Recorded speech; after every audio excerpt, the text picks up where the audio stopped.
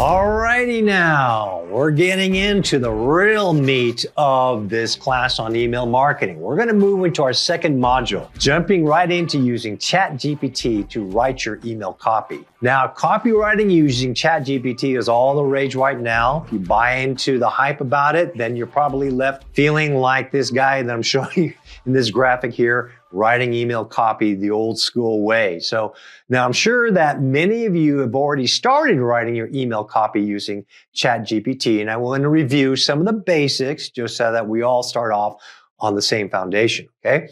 I'm going to talk briefly to you about using system prompts and copywriting prompts. Of course, you always want to fact check whatever ChatGPT spits out to you. ChatGPT was programmed by humans. Humans make mistakes.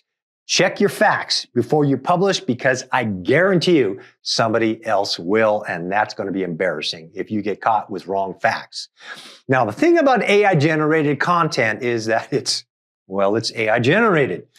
And you should always run your ChatGPT output through the tools that are designed to check AI-generated content. And don't just run it through one tool. I always run it through 3. Above all, be sure to add your own personal experiences. That's information that ChatGPT doesn't have access to. It's one way to make sure your AI-generated content doesn't get flagged as AI-generated content. Plus, it adds a personal touch too. All right, let's talk about system prompts. What are they? As you can see here from this bubble on screen, system prompts are the initial set of instructions or statements that set the context for everything that comes afterwards. Now, some of the most common types of system prompts include these types of ones that you see here. As a, you are to, or I want you to, or I am a, or something like assume the role of a. Right, so those are the things that you prompted, that system prompts. Now, next after the system prompt should be your copywriting prompts. You're going to tell ChatGPT to write in a manner that you yourself should already be writing. The irony is that mailbox providers use AI to detect if your emails were written using AI. Even more ironic is that you should use AI tools to detect if your content was written by AI, so that you can tweak it and convince the mailbox provider's AI that your AI written content wasn't written using AI. Okay, you're following me now, right? All right, there's lots of free AI content detectors, and don't just use one. Use at least 3 so that you can feel most confident that your AI-generated emails will have the highest probability of being accepted and placed in your subscribers' email inbox. So here's an example from a seminar I taught a few months ago. 3 different content checkers give you 3 different assessments.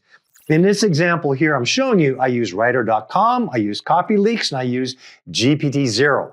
All 3 had different assessments of the email content that I fed them. Now, the funny thing is that the AI-generated content is good for ideas, but don't be lazy.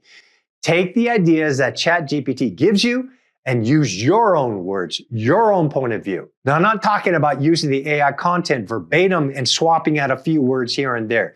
Heck, we did that in grade school, right? We did those for our science reports. That's not what I'm talking about, because the content checkers will detect that too. AI-generated content is based on highly sophisticated statistical heuristics. These models are used to select content that already exists in the public domain that is statistically consistent with similar content. Because it's all based on statistics, by definition, original content is a statistical outlier that is rejected by the models. AI cannot generate original content. Therefore, the more original your content is, the less likely it'll be flagged as AI-generated content. You want to use tools. Using tools, ChatGPT, version 3.5, version 4. 3.5 is the free version. I'm showing you on screen the difference between the two, and certainly you can see that version 4 is the one that tends to be less verbose than 3.5 when it comes to email copywriting, which is a good thing.